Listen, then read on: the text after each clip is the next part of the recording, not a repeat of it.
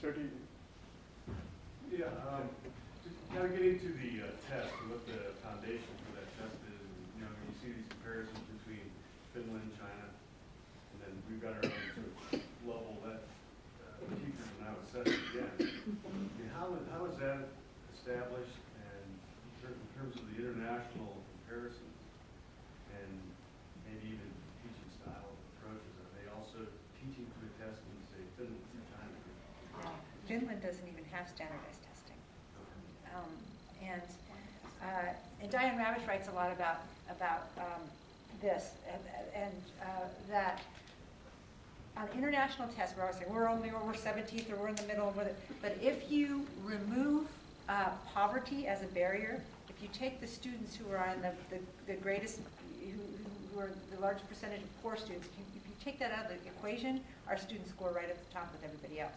Finland has a 2% poverty rate. We have a 25% childhood poverty rate in this country. That's the answer. Yeah, and so, yes, go ahead. I was a volunteer in a public school kindergarten in Northeast Portland for 7 years.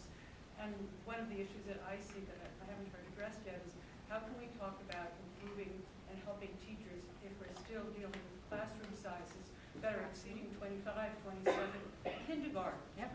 30 children in a kindergarten class and a half times 8. What's happening with classroom sizes? You know, we pass levies, we do everything that we need to do, and that doesn't change.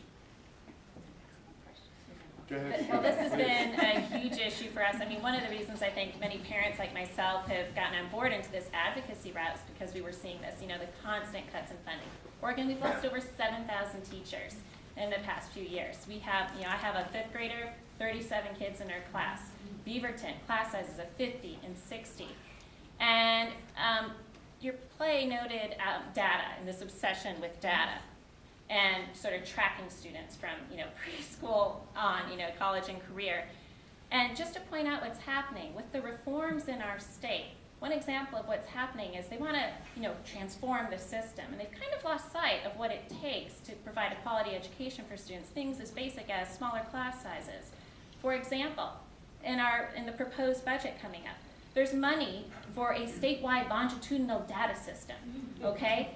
And I asked a state official, I said, but this is the equivalent, the cost is the equivalent of 1,200 teachers. And I was corrected, oh, no, this is for a biennium, it's only 600 teachers. And I said, but look at our class sizes, that would be a lot of teachers. And the budget reflects, you know, many of our districts will see cuts, hundreds of more teachers cut in our district.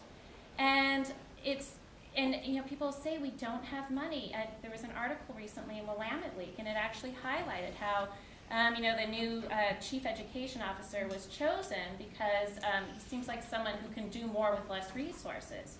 And it's like, well, that's not the way we need to be thinking. We do need more resources, but it's also we need to find the best place for them. You know, maybe the longitudinal data system isn't the greatest place. Maybe new student achievement centers, which is another thing in the governor's budget, isn't where we should be putting our money. There's not a penny towards class sizes in that, reducing class sizes in that budget. And also, there's not, in terms of cuts, when they cut, there's not a penny of testing that gets cut.